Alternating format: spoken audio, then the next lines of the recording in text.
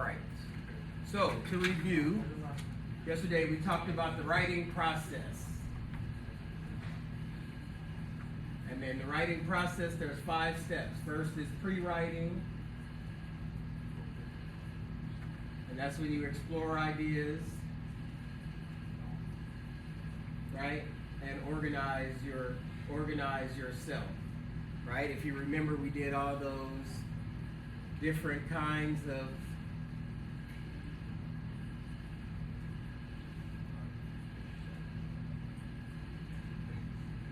pre-writing strategies.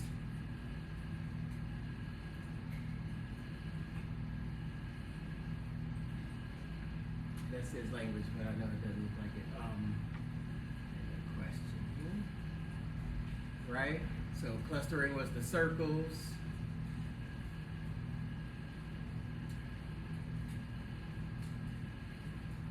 And brainstorming was a list, listing things. You could draw. You can use your native language. I'm just gonna act like this. Piece of paper, and then questioning who, what, when, where, why, how. Right? The next step is your first draft. Right? Where you write out, you take your pre-writing and you write it out as a draft. Then you gotta edit. Editing is like cleaning up your room. You are checking for punctuation, grammar, and spelling.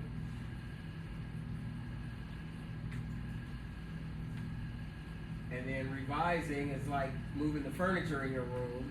So you're looking at your clarity, your thesis, going through your ideas, you're moving stuff around, and then of course you got your final draft. So today, in your groups, you're going to write an essay using all of those together. You're going to write it together. So your group is going to turn in one essay on the topic of nature versus nurture. So yesterday, we talked a little bit about nature versus nurture. Hopefully you kind of thought about what you think about that, what your belief is, whether people are born naturally gifted or if they are developed. You develop your gifts with people. Of course, we know it's both of them, but I want you to choose one over the other. Which one do you think has a better impact on somebody's success? Is it your DNA, right? Is it your genetics?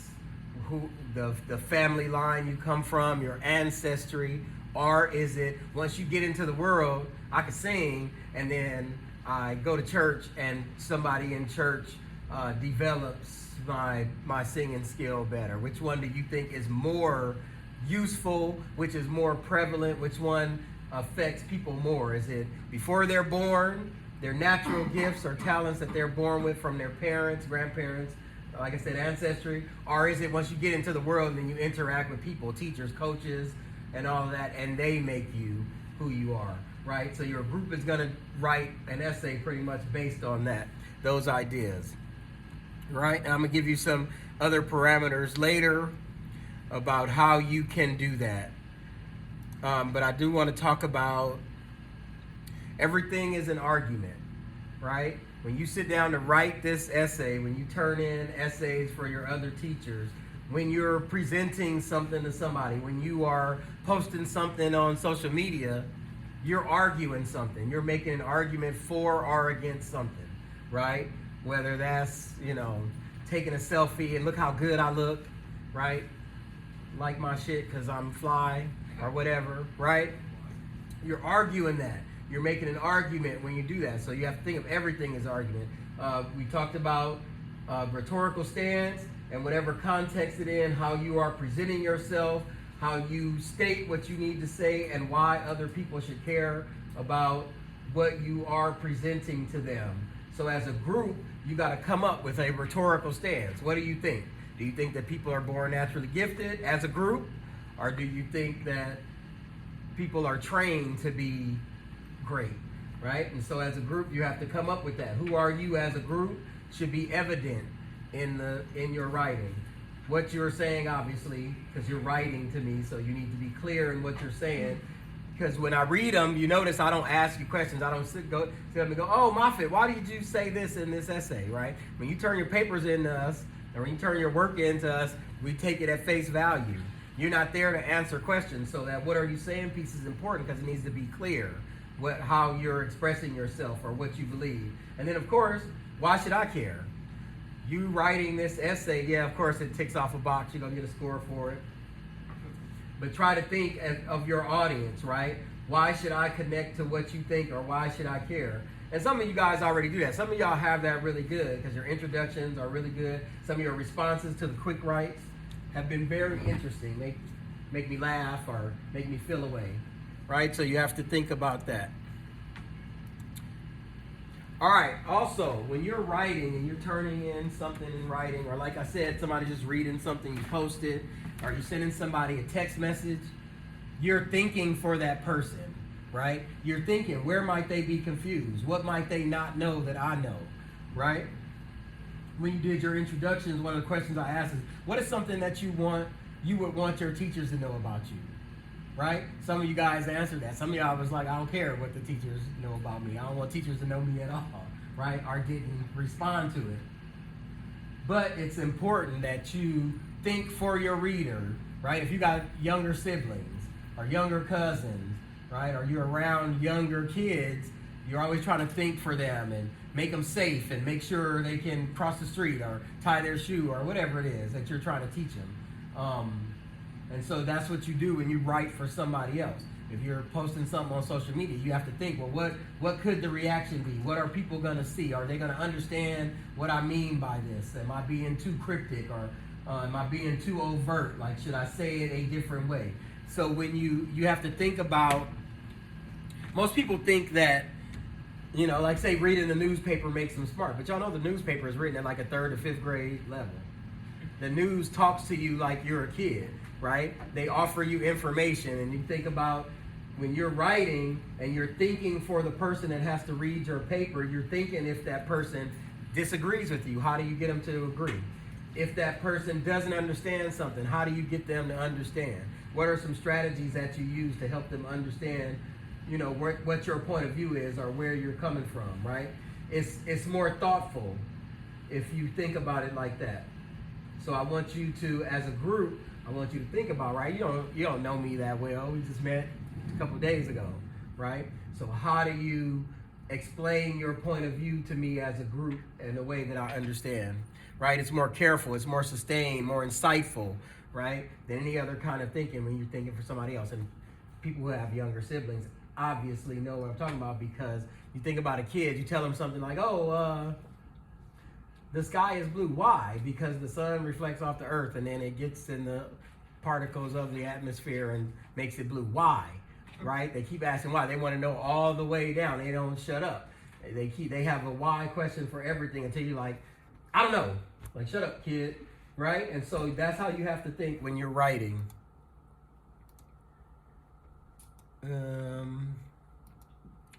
Let me see, what else? Like I said, all language use has an argumentative edge. You're arguing this to me. As a group, you're telling me which one you think is more important, nature or nurture, genetics or environment, right? And I hope you're seeing how it all connects, right? The question yesterday was, do you think where you're from affects who you are, right? And now we're talking about nature versus nurture, right? And so we're getting to a point where you're going to be up here. I get to sit down and shut up for a day, and you get to come up here and express yourself and tell me some things and teach us, right? Because there's this idea of reciprocal teaching, right? When you turn in a paper to your teacher, now you're the teacher. That person becomes a student because they're learning something, whether it's about you, about life, about biology, about whatever it is. You are now turning the tables and teaching the teacher something, right? Or arguing something with the teacher. So always remember that you take when you do your speeches, when you turn your papers in, your oral presentations, whatever you do in other classes, right? You become the teacher. So you take on that persona, you take on that role when you do this work for us, right? Because I'll tell you all summer, these next couple weeks, you don't really know anything until you can teach somebody about it, right? You don't really know math unless you can sit down and teach me math. You don't know science unless you can sit down and teach me science. It's not just good enough to take a test and get a grade and then forget all about it when you get out of class, right? You need to recognize your cultural context. Remember, we talked about culture. It's not just racial and ethnicity, race and ethnicity. Culture is also your religion. I mean, people with long hair is a culture. People that have long hair know what it's like to have long hair. Tall people are a culture. They know what it's like to be tall.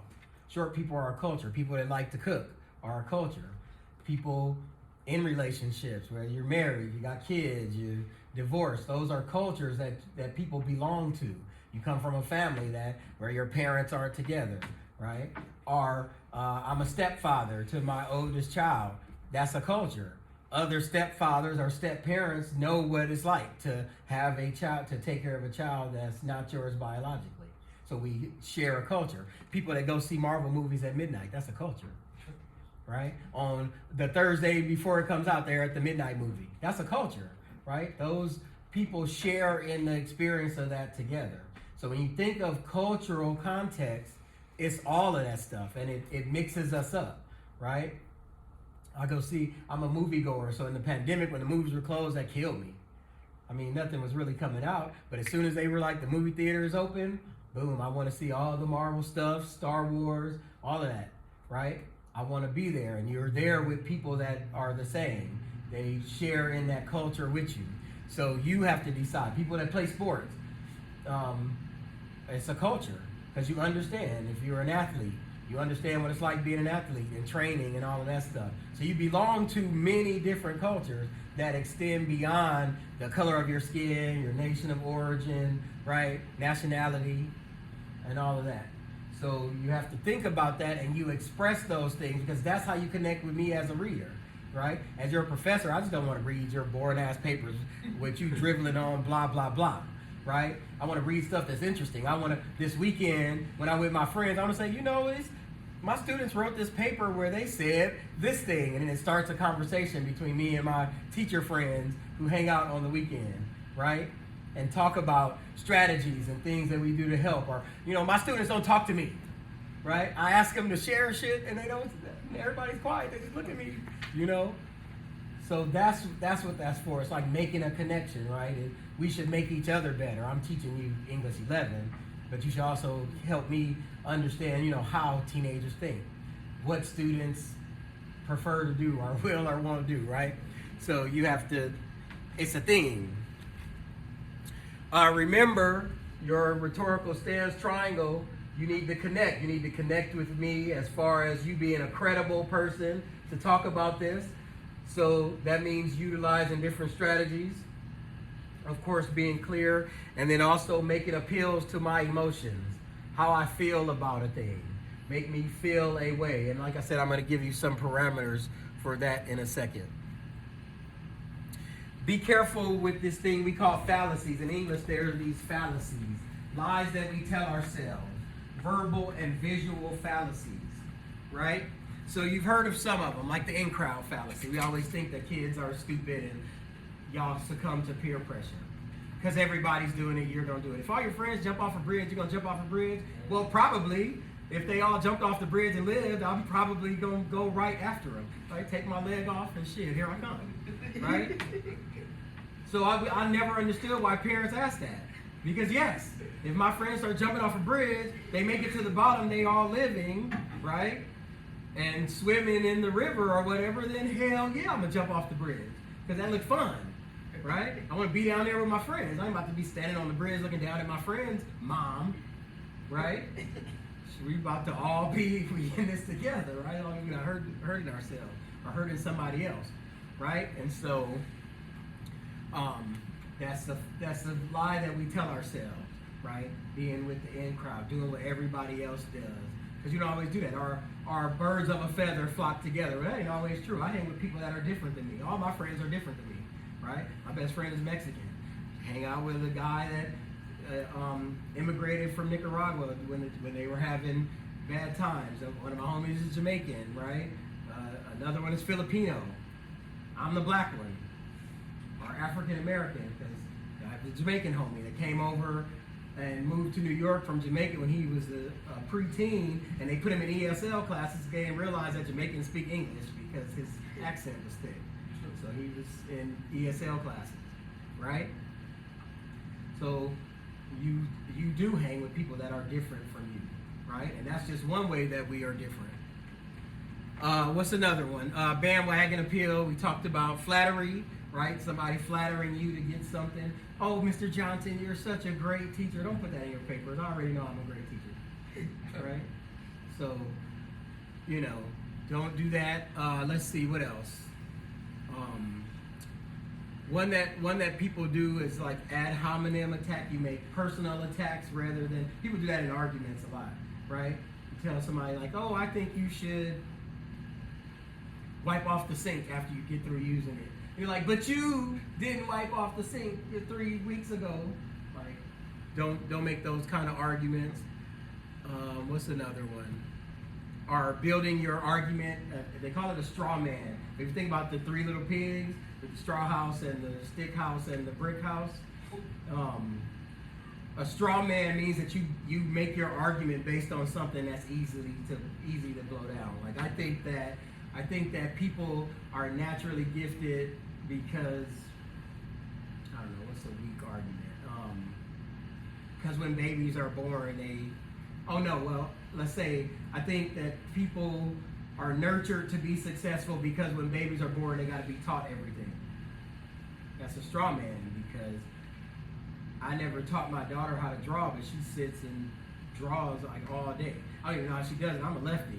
I could barely write letters. And she's drawing, so it's got to be naturally gifted because nobody else has developed that talent in her, right? She's not taking art classes. I'm not paying somebody to teach her how to draw. She just started drawing the Powerpuff Girls when she was like 2 or 3. And it's like, you watch that? Like, how are you too young to be watching that? But, right? And then just be careful of representing things incorrectly. All right. So, as we prepare,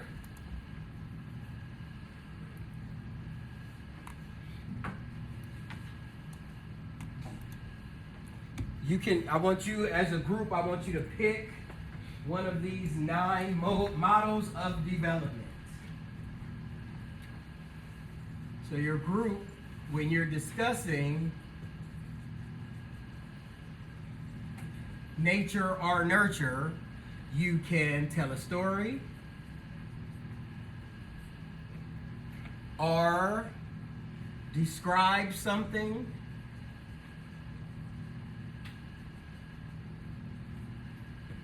you can define what it is, give examples,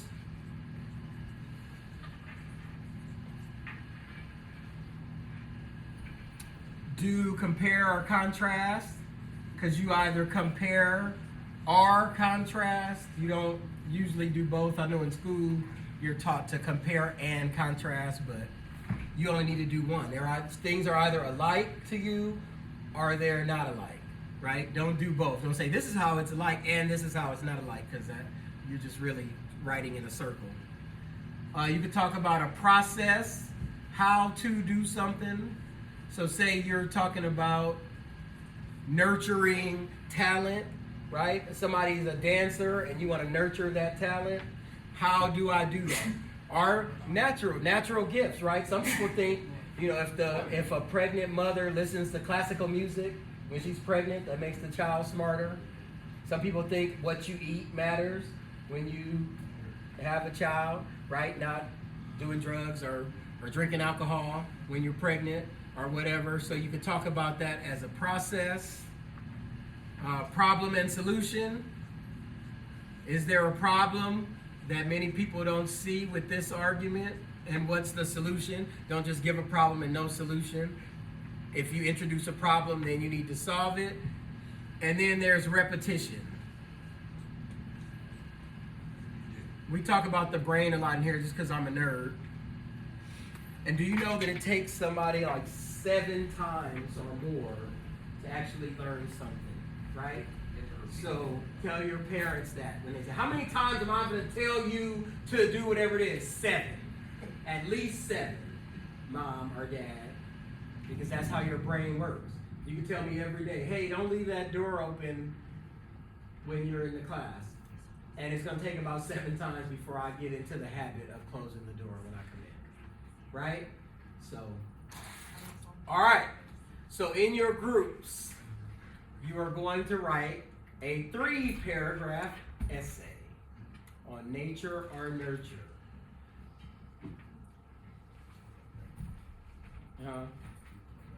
Yes, I'll give you a break, and then when we come back from the break, the in-class break, then you will start writing, and you will write till the next break, and then I'll check in and see if you need more time. But you have all the time you need as a group today. This is all we're doing. You also need to, you're going to turn in your essays. So you can either email them to me, submit them in Canvas, but it needs to have everybody's name on it that's in your group, so that everybody's getting the same score. Either one, you can email it or upload it into Canvas. I think I may not have put it in Canvas yet, but while you guys are working, I'll set it up in Canvas so you can upload it into Canvas, and then I can assign grades. Or, like you guys been doing, Google Drive, or email it to me. Whatever works best for you, whatever's easiest for you. But for now, just take a minute, take a breather, ingest everything that we have talked about, and we'll start about 9. And then we'll go from 9 to the break, and then maybe a little after the break. Any questions?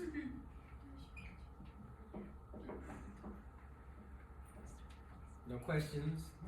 All right.